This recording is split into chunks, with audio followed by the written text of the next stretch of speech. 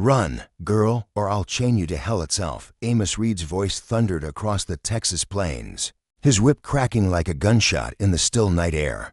Clara stumbled, her bare feet bloodied from the jagged rocks, her breath ragged as she pushed through the darkness. The stars above offered no comfort, only a cold reminder of how far she was from freedom. Behind her, the hoof beats of the iron hounds grew louder, their torches flickering like demons in pursuit. She had escaped the plantation 3 weeks ago, but freedom felt like a cruel mirage in this unforgiving land. Clara's heart pounded as she ducked behind a cluster of mesquite trees, her body trembling from exhaustion and fear. The dry Texas wind stung her face, carrying the scent of dust and sagebrush. She pressed her back against the rough bark, clutching the stolen knife she'd taken from a sleeping guard during her escape. It was her only defense, a pitiful weapon against the men who hunted her. She closed her eyes, trying to silence the memories of her mother's screams as the slave traders tore her family apart. Her brother, sold to a distant plantation. Her father, beaten to death for resisting. Clara had vowed never to be chained again, but now, with the iron hounds closing in, that vow seemed fragile. The distant howl of a coyote mingled with the shouts of her pursuers. Amos Reed, the leader of the iron hounds, was a man whose name struck terror in the hearts of runaways. His reputation was built on cruelty, his whip scars a badge of pride among the bounty hunters. Clara had seen him once, his cold gray eyes locking onto hers as she fled the plantation. He'd promised to drag her back, dead or alive, and the bounty on her head ensured he'd stop at nothing. She didn't know why he hated her so fiercely. Perhaps her defiance had wounded his pride, but his pursuit was personal, relentless. Her legs burned, urging her to collapse, but Clara forced herself to move. She stumbled forward, the horizon a faint blur of hills and scrubland. The Mexican border was her only hope, a distant dream where the chains of slavery couldn't reach. But Texas was vast, and she was alone, her body pushed beyond its limits.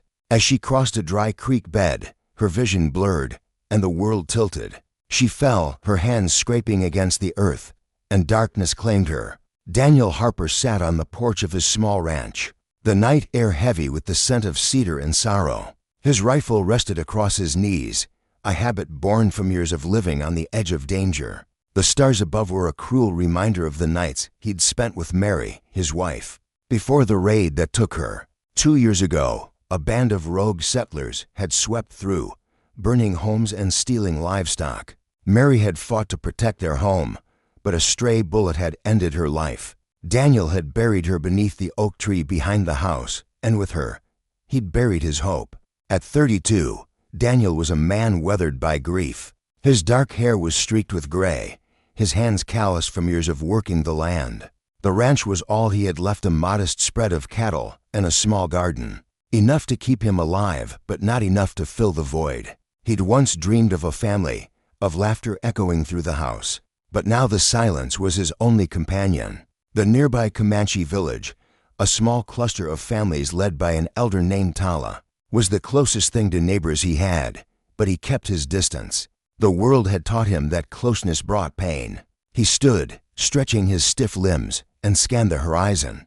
The night was quiet, save for the rustle of wind through the mesquite. He was about to turn inside when he saw a faint movement near the creek bed, a shadow that didn't belong. Instinctively, he gripped his rifle and moved toward it, his boots crunching on the dry earth. As he approached, he saw her, a young woman, crumpled on the ground, her clothes torn and her face streaked with dirt. Her skin was dark, her breathing shallow, and Daniel's heart sank. He knew what she was, a runaway, a fugitive in a land that hunted her kind without mercy. The Fugitive Slave Act loomed in his mind, a law that made helping her a crime punishable by imprisonment or worse. He could walk away, leave her to her fate, and no one would know. But as he looked at her, her chest barely rising with each breath, he saw Mary's faster, fierce spirit, her refusal to turn away from those in need.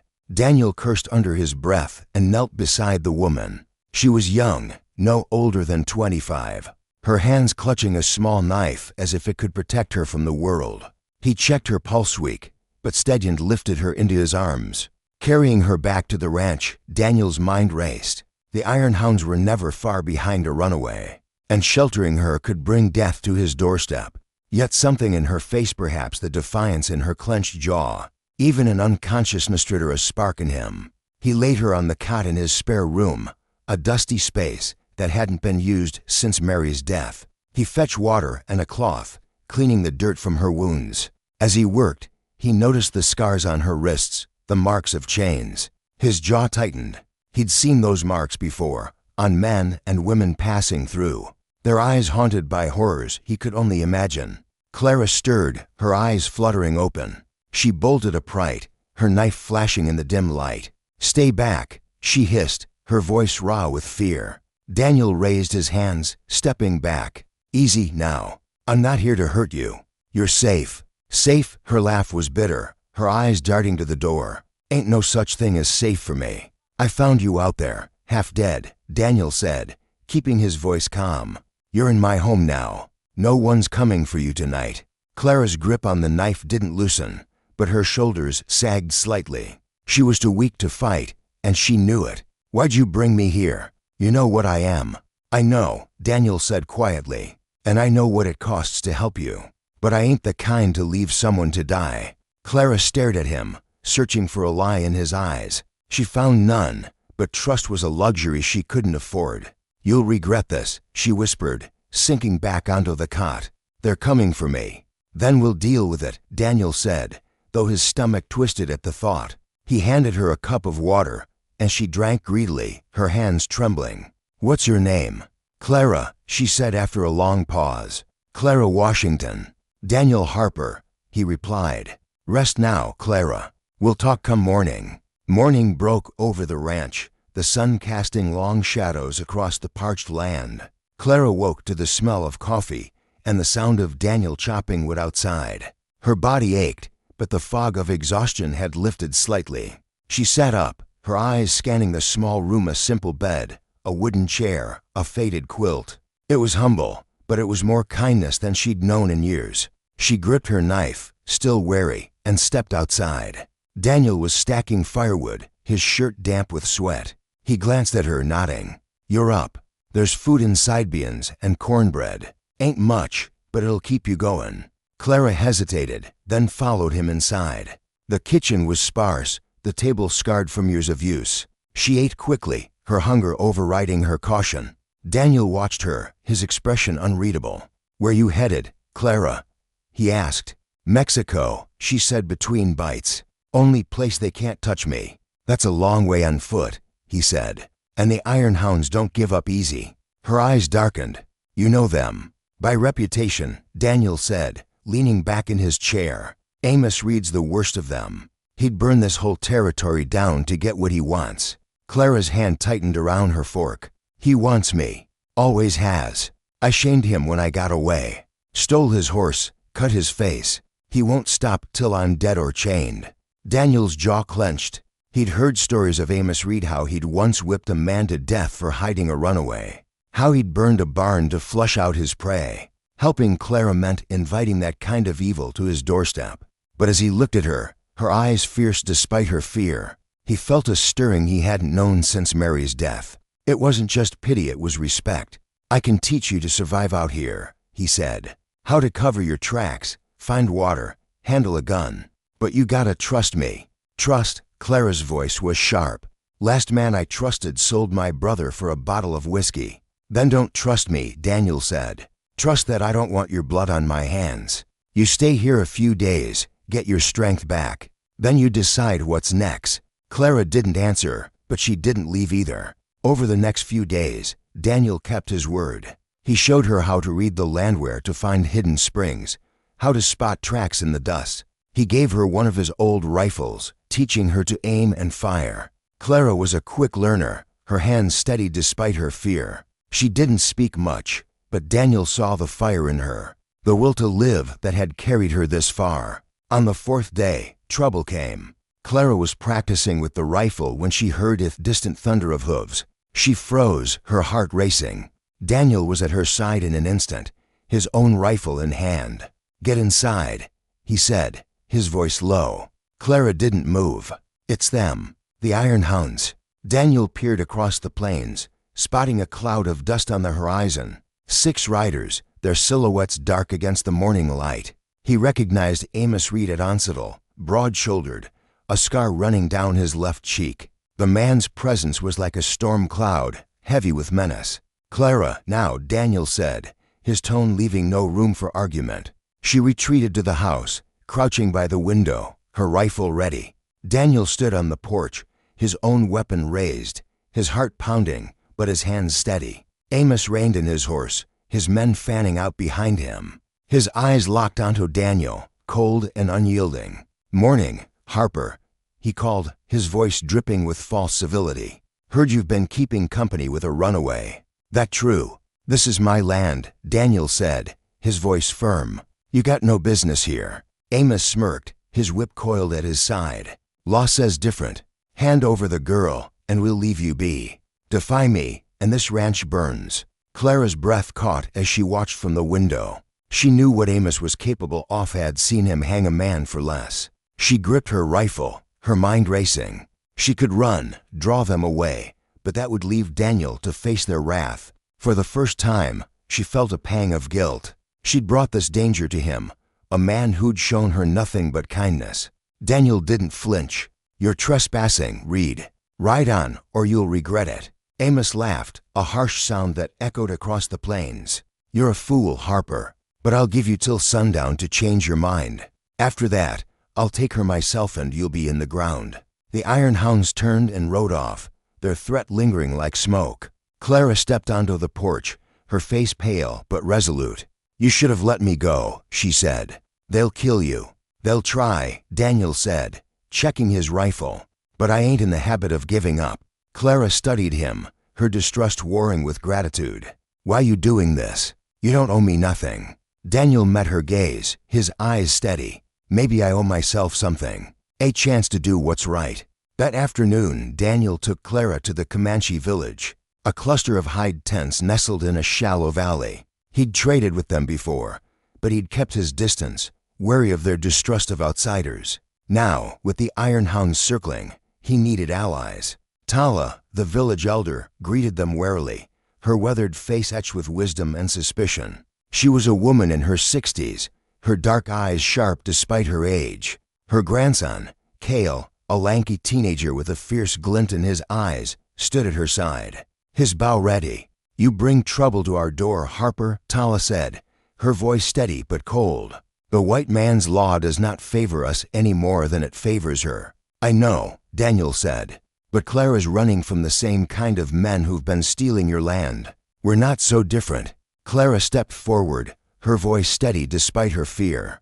"I don't mean to bring harm, but I know what it's like to lose everything. I just want to be free." Tala studied her, then nodded slowly. "Freedom is a rare thing in this land, but it is not one alone. Stay, and we will talk." As the sun dipped below the horizon, Clara and Daniel sat with Tala and Cale, sharing a meal of roasted rabbit and flatbread. Tala spoke of the Comanche Strugleith settlers who burned their hunting grounds, the soldiers who drove them from their homes. Clara listened, her own pain mirrored in their words. She saw the children playing near the tents, their laughter a fragile defiance against the world's cruelty. For the first time, she felt a connection beyond her own survivalist sense of shared loss, shared hope. Cale, eager to prove himself, spoke of fighting back. "We can't keep running," he said, his voice fierce. "The iron hounds came through last month, stole our horses, burned our crops. They'll come again. Then we fight together," Clara said, surprising herself. "I'm tired of running too." Daniel looked at her, a flicker of pride in his eyes. "If we're gonna stand, we need a plan. Amos won't wait long." As night fell, they devised a strategy. The village was defensible, with high ground and natural barriers, but the iron hounds were relentless. Daniel proposed drawing them into a trap, using the terrain to their advantage. Clara, still learning to trust, agreed to help. She didn't know if she could rely on these people, but for the first time, she felt she wasn't alone. That night, the iron hounds returned. Clara woke to the sound of hooves and the crackle of torches. Daniel was already at the window, his rifle ready. "They're here," he whispered. Clara grabbed her rifle, her heart pounding. The Comanche warriors, led by Cale, took positions along the ridge, their bows drawn. Tala stood at the center of the village, her presence a quiet strength. Clara felt a surge of resolve. She wouldn't let these people die for her. The iron hounds rode into the valley, their torches casting eerie shadows. Amos dismounted, his whip in hand, his voice carrying over the wind. "Time's up, Harper. Give me the girl, or we burn this place to ash." Daniel stepped forward, his rifle raised. "You want her, you'll have to go through me." Amos grinned, his scar twisting in the firelight. "So be it." The first shot rang out, shattering the night. Clara fired from the window, her aim steady, dropping one of the hounds. Kel's arrows flew, striking another. The iron hounds returned fire, their bullets tearing into the tents. Clara's heart raced as she reloaded, her hands shaking, but her resolve unbroken. Daniel fought beside her, his shots precise, his face set with determination. The battle was Chowshout's gunfire, the screams of horses. Clara saw Cale take a bullet to the shoulder, but he kept fighting, his face a mask of defiance. Tala moved among the wounded, her calm voice steadying them. Clara felt a surge of admiration for these people, who fought not just for survival but for their way of life. As the iron hounds pressed closer, Daniel signaled to Clara. "Now," he shouted. They triggered the Trappa rock slide they'd prepared earlier, sending boulders crashing down the ridge. The hounds scattered, their horses rearing in panic. Amos roared in fury, his whip lashing out, but he was forced to retreat, his men bloodied and shaken. The village stood, but the cost was high. 2 Comanche warriors lay dead, and Kel's wound was serious. Clara knelt beside him, her hands trembling as she helped Tala bind his arm. "You're gonna be all right," she said, her voice fierce. "You hear me?" Cale nodded, his eyes bright with pain and pride. "We fought," he said. "That's what matters." Daniel pulled Clara aside, his face grim. "They'll be back. Amos doesn't quit." "Then we move," Clara said, her voice steady. "To Mexico. All of us." Daniel hesitated, his eyes searching hers. "You sure? That's a hard road." "I'm sure," she said. "I ain't running alone anymore." As dawn broke, the village prepared to leave. Tala agreed to lead her people to the border, where they could find safety. Daniel packed supplies, his heart heavy but resolute. Clara stood beside him, her knife at her side, her rifle slung over her shoulder. She was still afraid, but for the first time, she felt a spark of hope, a purpose beyond survival.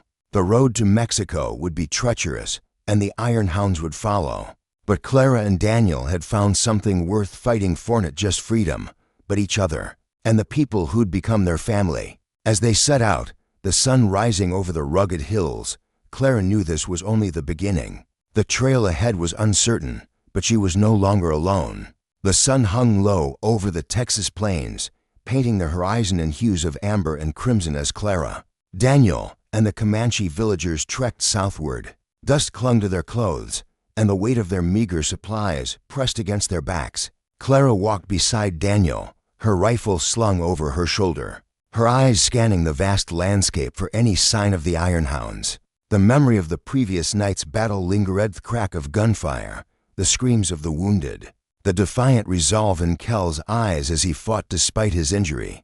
They had won a small victory, but Amos Reed's retreat was only a pause, not a surrender. Clara knew he was out there, plotting, his hatred for her burning like a wildfire. The Comanche, led by Tala, moved with quiet determination. The group numbered about 20 elders, women, children, and a handful of warriors, including Cale, whose arm was bandaged but whose spirit remained unbroken. Clara watched the children, their small faces etched with fear but also resilience. Clutching their mother's hands as they walked, she saw her younger self in them, a girl who had once believed the world could be kind until it tore her family apart. Now she felt a responsibility she hadn't expected to protect these people, to ensure they reached the safety of the Mexican border. Daniel walked at the head of the group, his rifle in hand, his eyes fixed on the path ahead. He had changed since Clara first stumbled onto his ranch. The grief that had once defined him had softened, replaced by a quiet strength. Helping Clara and the Comanche had given him a purpose he thought he'd lost forever. Yet Clara could see the tension in his shoulders, the weight of knowing that every step brought them closer to another confrontation with the iron hounds. She wondered what it cost him to defy the law for her, to risk his life for people he barely knew. She wanted to ask, but the words felt too heavy, too raw. Tala, walking with a staff carved from cedar, caught Clara's eye. The elder's face was lined with years of hardship, but her gaze was steady, her presence a calming force. "You carry a heavy burden, child," Tala said, her voice low so only Clara could hear. "But you are not alone anymore." Clara nodded, her throat tight. "I never wanted to bring trouble to you, to any of you. Trouble finds us all in this land," Tala replied. "What matters is how we face it. You fought for us last night. That makes you one of us." Clara's chest tightened at the words. She had spent so long running, trusting no one, that the idea of belonging felt foreign, almost painful. Yet as she looked at the Comanche, at Daniel, at the children who depended on them, she felt a shift within her. Her fight was no longer just for her own freedom, it was for theirs, too. Their journey took them through rugged terrain, where the earth was cracked and dry, dotted with mesquite and prickly pear. The days were scorching, the nights bitterly cold. Daniel taught Clara and the others how to find water in hidden springs, how to navigate by the stars. Cale, despite his injury, insisted on helping, scouting ahead with the other warriors. His youthful bravado worried Clara, but she admired his courage. He reminded her of her brother, sold away when she was just a girl, his laughter silenced by the chains that bound him. On the third day, they reached a narrow canyon, its walls rising steep and jagged.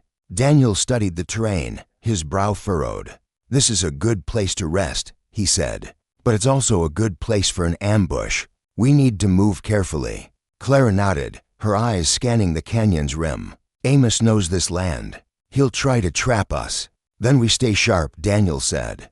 "Cale, take to warriors and scout the high ground. Clara, you and I will set up camp with Tala. We move at first light." As the group settled, Clara helped the women build a fire, their hands moving with quiet efficiency. The children gathered around, their eyes wide as Tala told stories of the Comanche's pastalis of warriors who rode like the wind, of spirits that guarded the land. Clara listened, captivated by the strength in Tala's words. She had never known her own people's stories, stolen from her by the plantation's cruelty.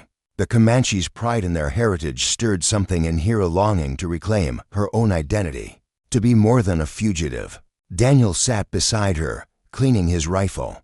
"You're quiet tonight," he said, his voice soft. Clara stared into the fire. "Just thinking about what I've lost, and what I'm starting to find." He looked at her, his eyes searching.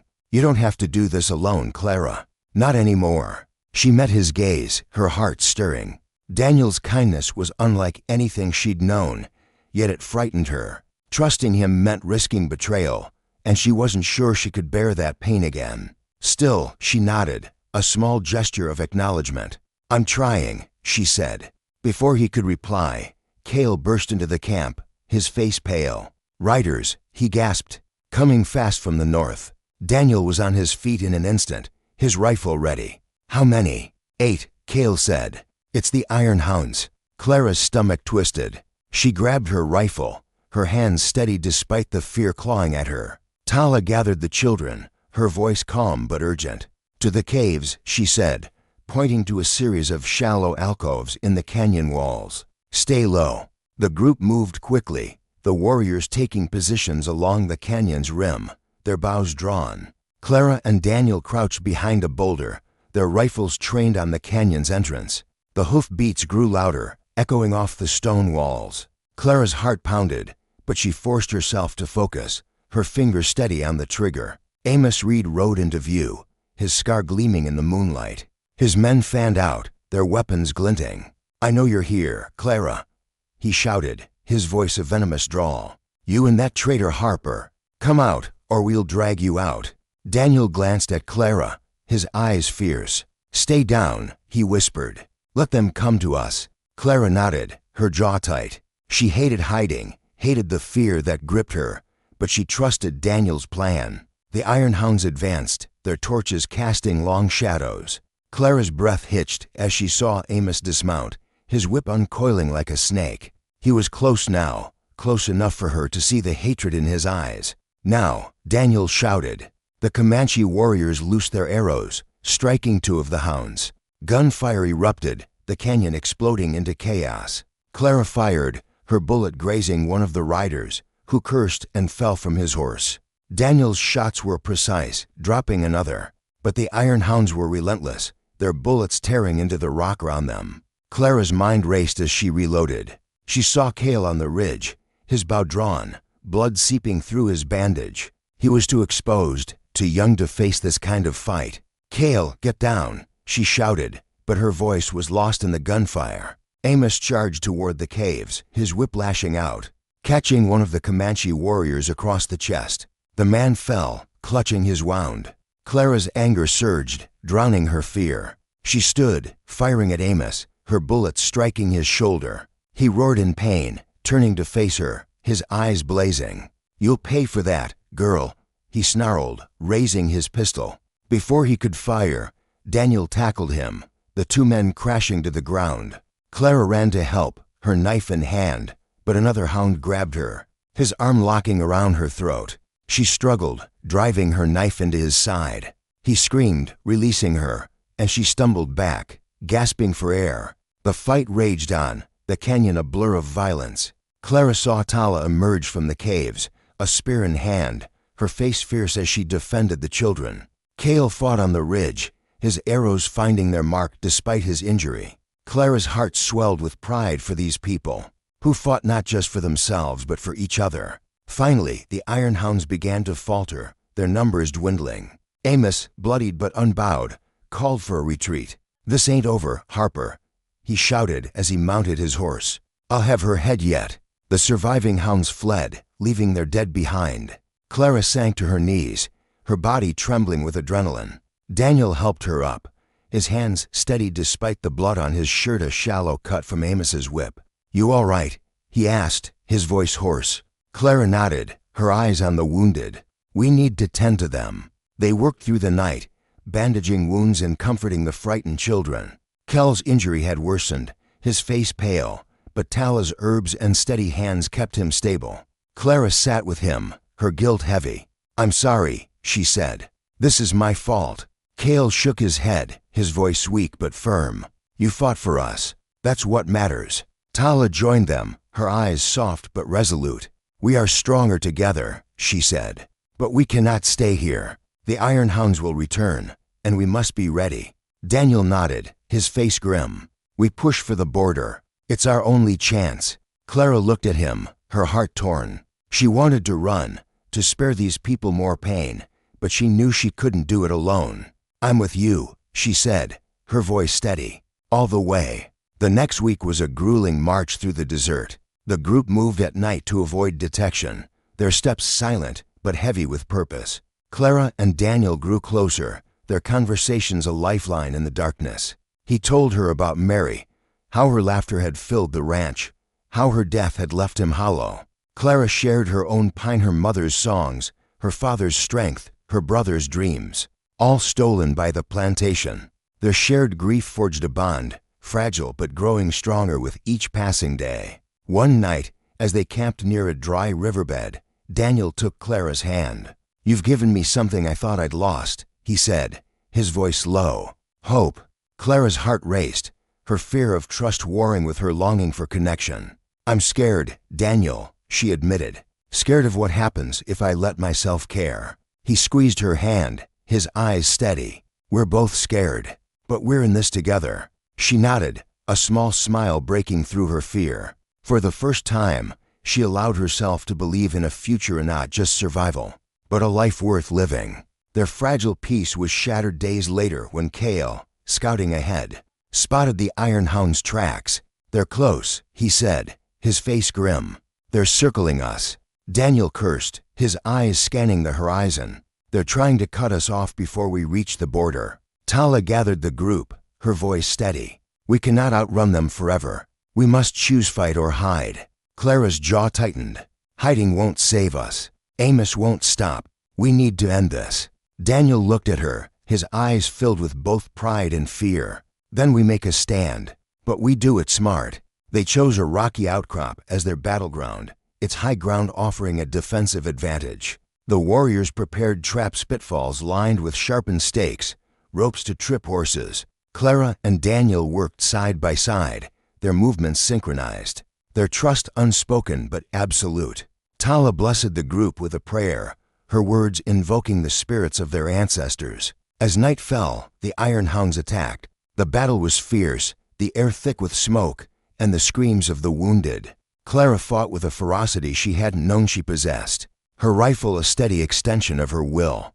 Daniel was at her side, his shots precise, his presence an anchor in the chaos. Cale, despite Tala's protests, fought on, his arrows finding their mark. Amos was a shadow in the darkness, his whip lashing out, his pistol blazing. Clara faced him, her knife in hand, her heart pounding. "This ends tonight," she said, her voice steady. "You think you can win?" Amos sneered, his scar twisting. "You're nothing but a runaway." "I'm more than you'll ever understand," Clara said, lunging at him. They grappled, her knife slashing his arm, his whip catching her side. Pain seared through her, but she fought on, driven by the faces of the Comanche, of Daniel, of the family she'd lost.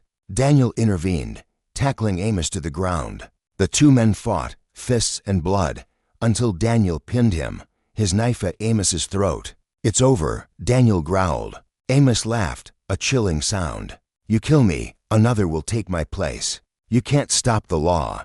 "Maybe not," Daniel said, "but I can stop you." Before he could strike, Clara grabbed his arm. "Don't," she said, her voice firm. "He's not worth it. Let him live with his shame." Daniel hesitated, then lowered his knife. Amos scrambled to his feet, his men retreating into the night. The battle was won, but the cost was heavy. 3 Comanche warriors dead, several others wounded. Clara's side burned, but she refused to falter, helping Tala tend to the injured. As dawn broke, the group gathered their strength. The border was close now, a tangible hope. Clara and Daniel stood together, their hands clasped, their resolve unbroken. They had faced death and emerged stronger, their bond forged in fire. "We're almost there," Daniel said, his voice soft but certain.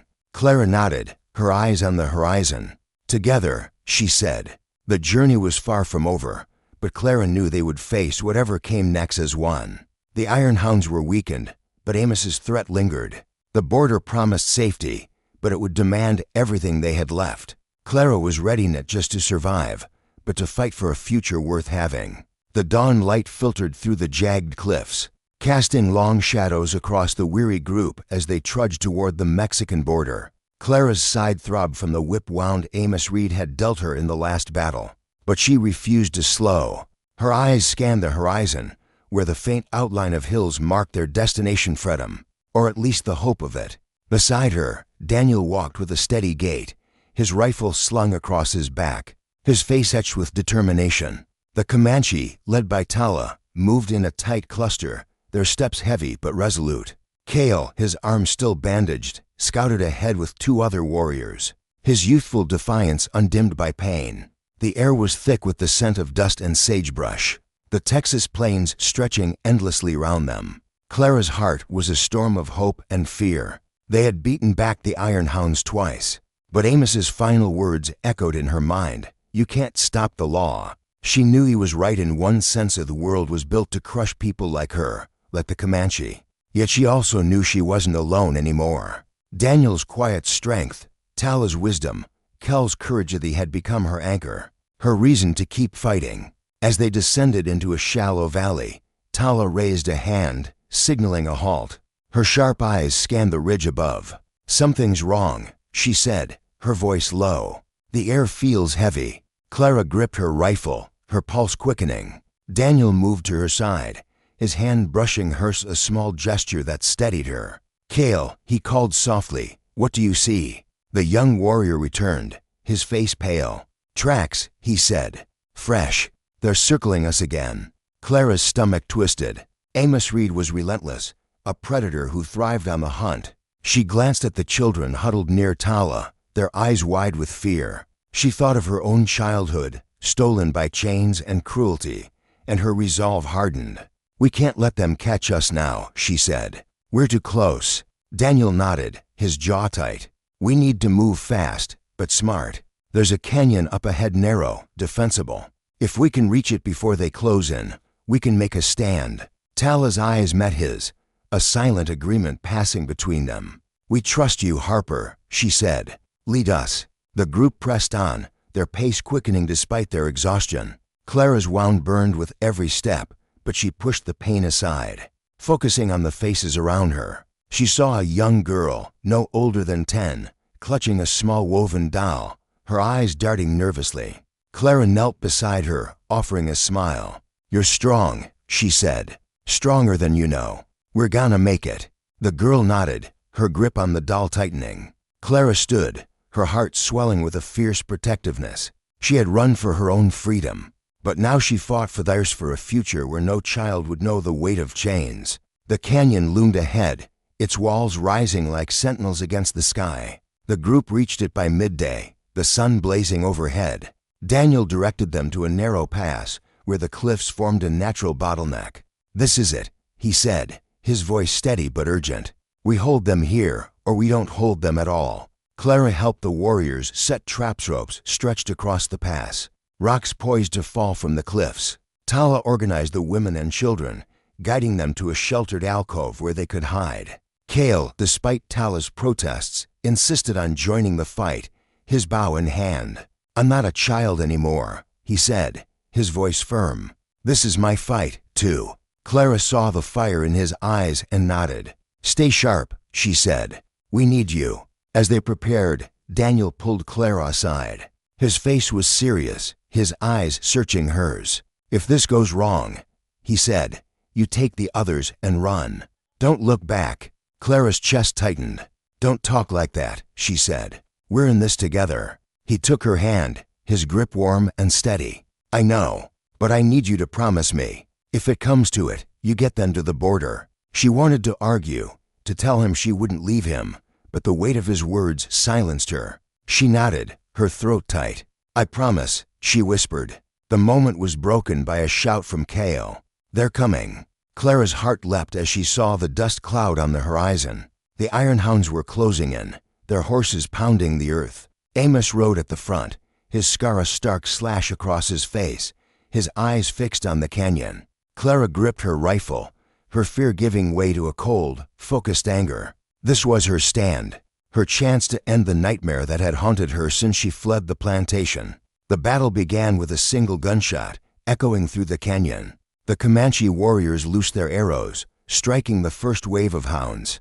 Clara fired from behind a boulder, her aim steady, dropping one of Amos's men. Daniel was beside her, his shots precise, his face a mask of determination. The iron hounds returned fire, their bullets chipping the stone around them. But the narrow pass slowed their advance, forcing them into a deadly funnel. Amos roared orders, his whip cracking as he drove his men forward. Clara saw him target Cale, who was exposed on a ledge. His arrows flying true but his position precarious. "Cale, move," she shouted, but before he could react, a bullet grazed his leg, sending him sprawling. Clara's heart lurched. She broke cover, running toward him, her rifle blazing to keep the hounds at bay. Daniel shouted her name, but she didn't stop. She reached Cale, dragging him behind a rock, her hands shaking as she checked his wound. "You're gonna be all right," she said, her voice fierce. "Stay down." Cale nodded, his face pale but resolute. "I'm not done yet," he said, grabbing his bow. Clara returned to the fight, her anger fueling her. She saw Amos advancing, his pistol raised, his eyes locked on her. "You can't run forever, girl," he shouted, his voice dripping with venom. "I ain't running," Clara shot back, firing at him. Her bullet missed, but it forced him to duck, giving Daniel time to reposition. The battle raged, the canyon a chaos of gunfire, arrows, and shouts. The Comanche warriors fought with a ferocity that matched Clara's own, their arrows finding their mark despite the hounds' superior numbers. Tala emerged from the alcove, her spear in hand, her face fierce. She joined the fight, striking a hound who had gotten too close to the children. Clara's heart swelled with admiration. This woman, who had seen so much loss, fought with the strength of a warrior half her age. As the sun dipped lower, the tide began to turn. The traps slowed the hounds, and the Comanche's relentless defense wore them down. Clara saw an opportunity, a narrow ledge above Amos's position, where she could get a clear shot. She glanced at Daniel, who nodded, understanding her plan. "Be careful," he said, his voice thick with worry. Clara climbed the cliff, her wound screaming with every movement. She reached the ledge, her rifle ready, and took aim at Amos. He was shouting orders, his back to her, oblivious to the danger. Her finger tightened on the trigger, but a sudden movement caught her eye. One of the hounds was aiming at Daniel, who was exposed as he reloaded. Clara's heart stopped. She swung her rifle, firing at the hound instead, dropping him before he could shoot. Amos spun, spotting her, and fired. The bullet grazed her arm, sending her sprawling, her rifle clattering down the cliff. Pain seared through her, but she scrambled to her feet, drawing her knife. Amos charged up the ledge, his whip raised, his eyes blazing with hatred. "You're mine now," he snarled. Clara stood her ground, her knife gleaming in the fading light. "I was never yours," she said, lunging at him. They grappled, her knife slashing his arm, his whip catching her shoulder. The pain was blinding, but Clara fought on, driven by every loss, every scar, every moment of fear she'd endured. Daniel appeared, tackling Amos from behind. The two men struggled, their fists flying, until Daniel pinned him, his knife at Amos's throat. "This ends now," Daniel growled. Clara grabbed his arm, her voice steady despite her pain. "Don't kill him," she said. "He's not worth it. Let him live with his failure." Daniel's eyes met hers, his chest heaving. He nodded, lowering his knife. Amos scrambled to his feet, bloodied and defeated, his men retreating as the Comanche pressed their advantage. "This ain't over," Amos spat, but his voice lacked conviction. "It is for you," Clara said, her gaze unwavering. The Iron Hounds fled, their numbers decimated, their leader broken. The canyon fell silent, the air thick with the smell of gunpowder and blood. Clara sank to her knees, her body trembling with exhaustion and pain. Daniel was at her side, his hands gentle as he checked her wounds. "You're gonna be all right," he said, his voice soft but certain. Tala approached, her face weary but proud. "You fought like one of us," she said to Clara. "You have our respect." Clara nodded, tears stinging her eyes. "Thank you," she whispered, "for everything." The group tended to their wounded, their spirits lifted by the victory, but tempered by loss. 2 more warriors had fallen, their sacrifice a heavy weight on Clara's heart. Kel's leg wound was serious, but Tala's herbs and care kept him stable. The children, shaken but unharmed, clung to their mothers, their eyes wide with a mix of fear and hope.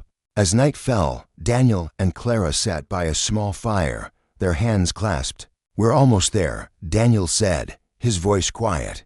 "The border's just a day away." Clara nodded, her heart full. "I never thought I'd get this far. Not without you." He smiled, a rare warmth in his eyes. "You're stronger than you know, Clara. You gave me a reason to keep going." She leaned against him, her fear giving way to a quiet peace. For the first time, she allowed herself to believe in a future, not just survival, but a life with Daniel, with the Comanche, with hope. The final day's journey was grueling, the terrain rough and the air heavy with the threat of pursuit. But the group pressed on, driven by the promise of freedom. As they crested a hill, the Rio Grande came into view, its waters glinting in the sunlight. Beyond it lay Mexico, a land where the Fugitive Slave Act held no power, where the Comanche could rebuild. Tala gathered the group, her voice strong despite her age. "This is our new beginning," she said. "We will honor those we've lost by living free." Clara felt a lump in her throat as she looked at the river. She had dreamed of this moment, but it was sweeter than she'd imagined, shared with people who had become her family. She turned to Daniel, her eyes searching his. "What happens now?" she asked. "We build a life," he said, his voice steady. Together, they crossed the river, the water cold but cleansing, washing away the weight of their past. On the other side, they found a small village, a cluster of adobe houses where other runaways and displaced families had settled. The villagers welcomed them, offering food and shelter. Clara saw hope in their faces, a mirror of her own. In the weeks that followed, Clara and Daniel settled into the village, their bond deepening. They built a small home, its walls simple but sturdy, a testament to their shared strength. The Comanche established their own camp nearby, Tala leading with wisdom, Kale healing and growing into a leader. Clara worked alongside them, learning their ways, sharing her own stories of survival. She found peace in the rhythm of the village laughter of children, the songs of the elders, the quiet moments with Daniel under the starlit sky. One evening, as they sat outside their home, Daniel took Clara's hand. "I never thought I'd find this again," he said. "A home, a family." Clara smiled, her heart full. "Neither did I, but we did." They sat in silence, the night wrapping around them like a promise. Clara knew the world was still cruel, that injustice lingered beyond the border. But here, in this moment, she was free not just from chains, but from fear, from loneliness. She had fought for this, and she had won.